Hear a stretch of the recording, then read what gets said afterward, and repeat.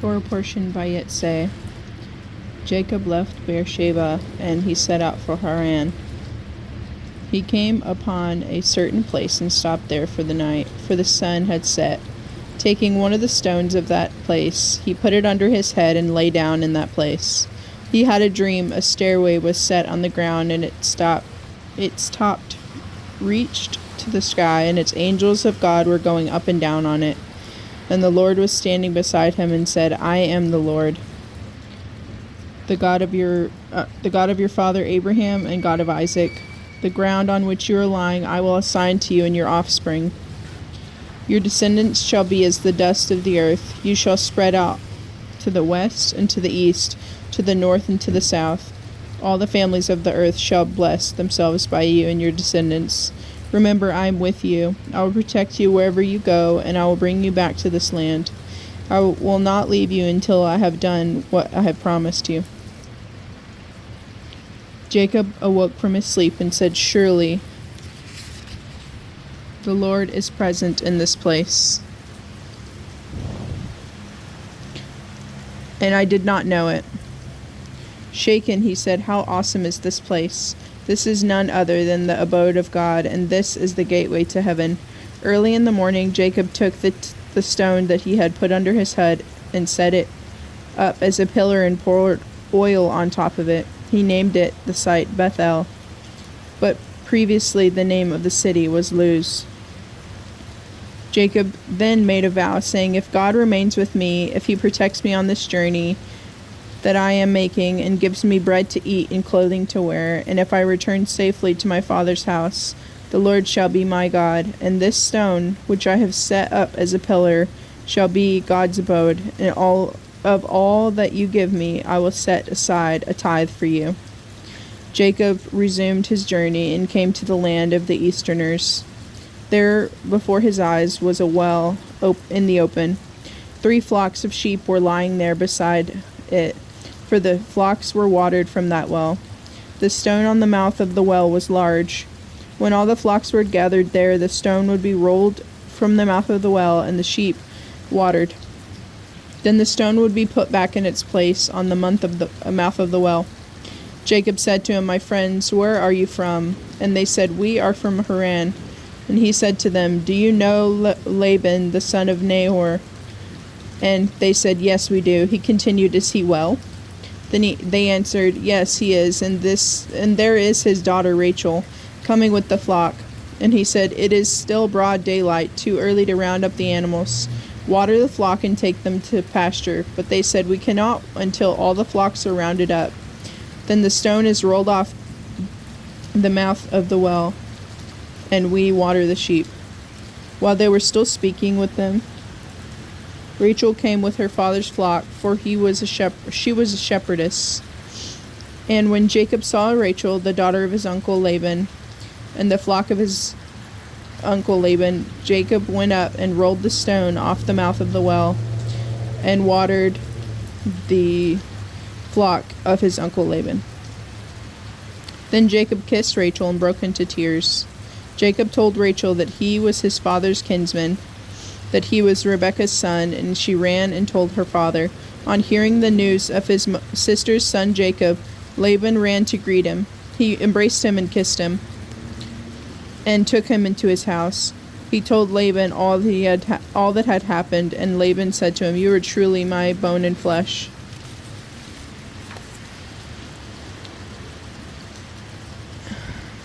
When he had stayed with him a month's time, Laban said to Jacob, Just because you are a kinsman, should you serve me for nothing? Tell me, what shall your wages be? Now Laban had 2 daughters. The name of his older one was Leah, and the name of the younger was Rachel.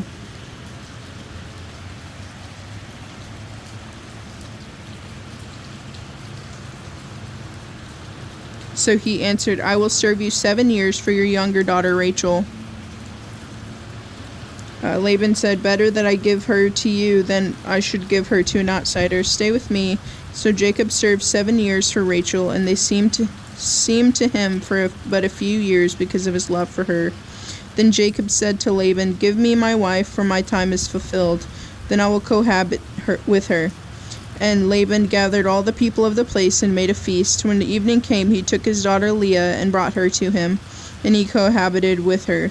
Laban had given his maidservant Zilpah to his daughter Leah as her maid. When morning came, there was Leah.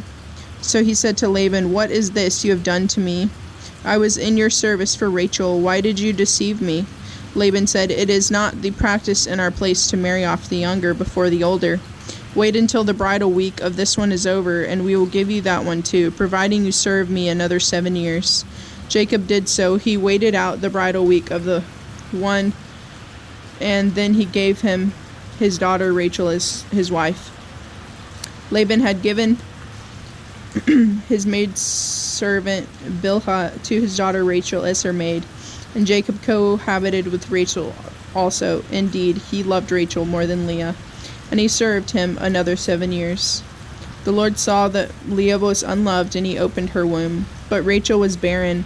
Leah conceived and bore a son, and named him Reuben, for she declared, "It means the Lord has seen my affliction. It also means now my husband will love me." She conceived again and bore a son, and declared, "This is because the Lord heard that I was unloved, and has given me this one also." And she named him Simeon. Again she conceived and bore a son, and declared, "This time my husband will become attached to me, for I have borne him 3 sons." Therefore he was named Levi. She conceived again and bore a son, and declared, "This time I will praise the Lord." Therefore she named him Judah, when she stopped bearing. When Rachel saw that she had borne Jacob no children,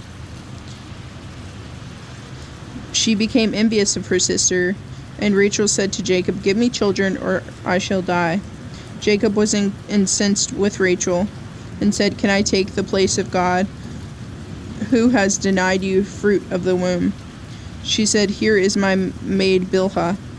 Consort with her, that she may bear on my knees, and that through her I too may have children." So she gave her maid Bilhah as a concubine, and Jacob cohabited with her. Bilhah conceived and bore Jacob a son, and Rachel said, "God has vindicated me indeed. He has heeded my plea and given me a son." Therefore she named him Dan. Rachel's maid Bilhah conceived again and bore Jacob a second son. And Rachel said, "A fateful contest I waged with my sister. Yes, I have prevailed." So she named him Naphtali. When Leah saw that she had stopped bearing, she took her maid Zilpah and gave her to Jacob as concubine. And when Leah's maid Zilpah bore Jacob a son, Leah said, "What luck!" So she named him Gad. When Leah's maid Zilpah bore Jacob a second son, Leah declared, "What fortune!" meaning, "Women will deem me fortunate." So she named him Asher. Once at the time of the wheat harvest, Reuben came upon some mandrakes in the field and brought them to his mother Rachel. Rachel said to Leah, "Please give me some of your son's mandrakes."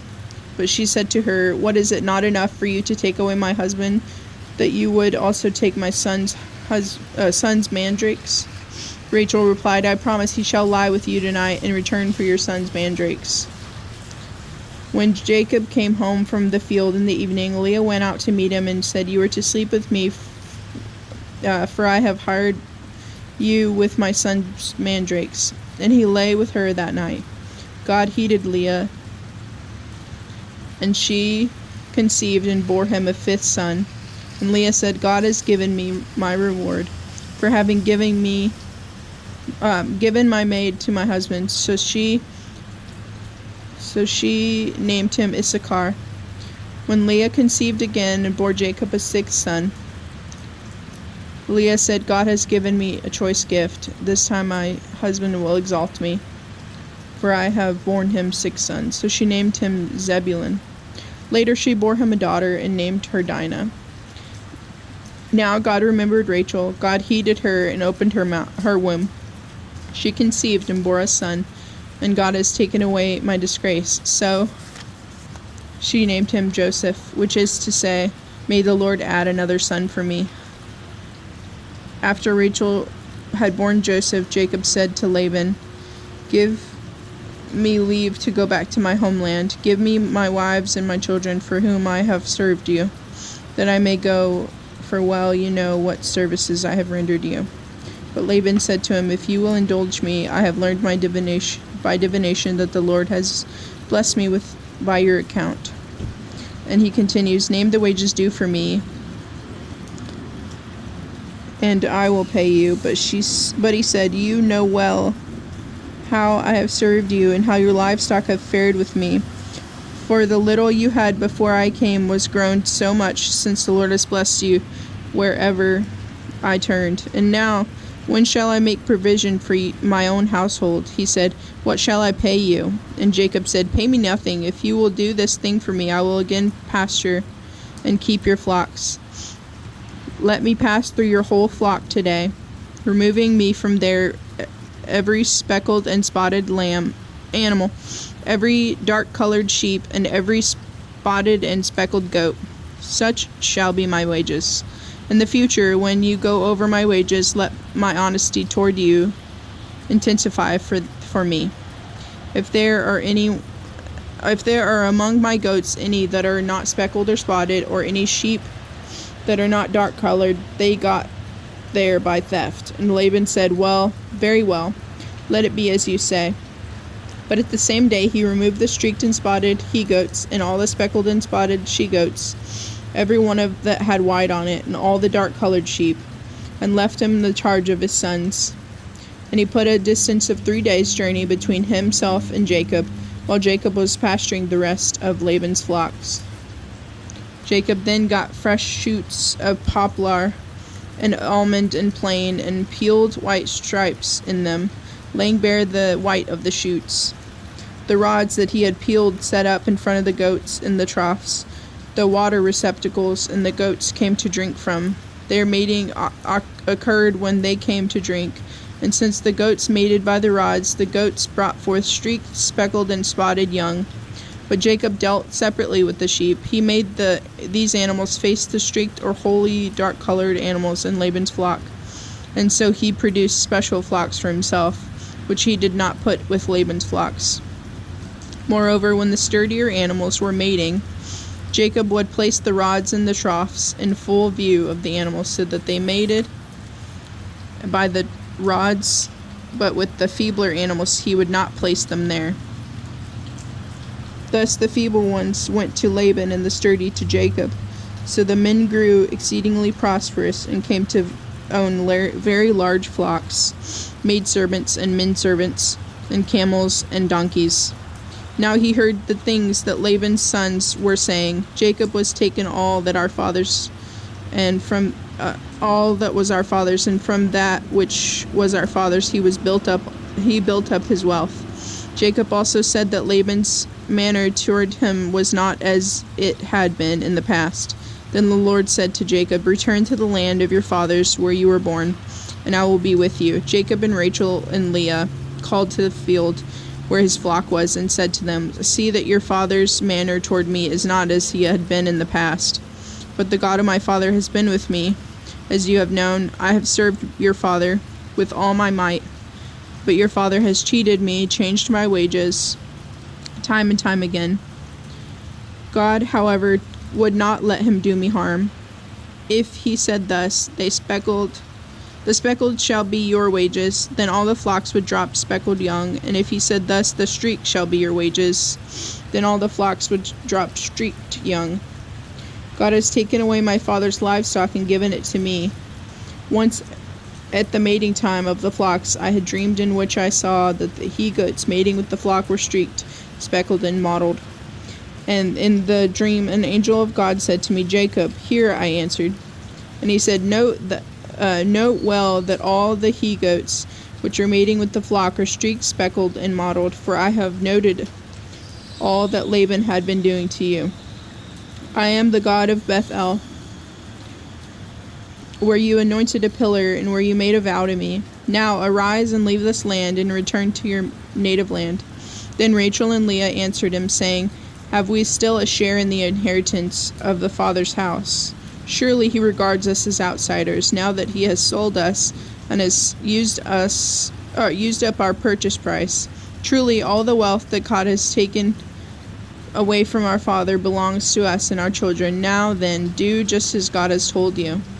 Thereupon Jacob put his children and wives on camels, and he drove all his livestock and the wealth that he had amassed, the livestock in his possession that he had acquired in Padan Aram, to go to his brother Isaac in the land of Canaan.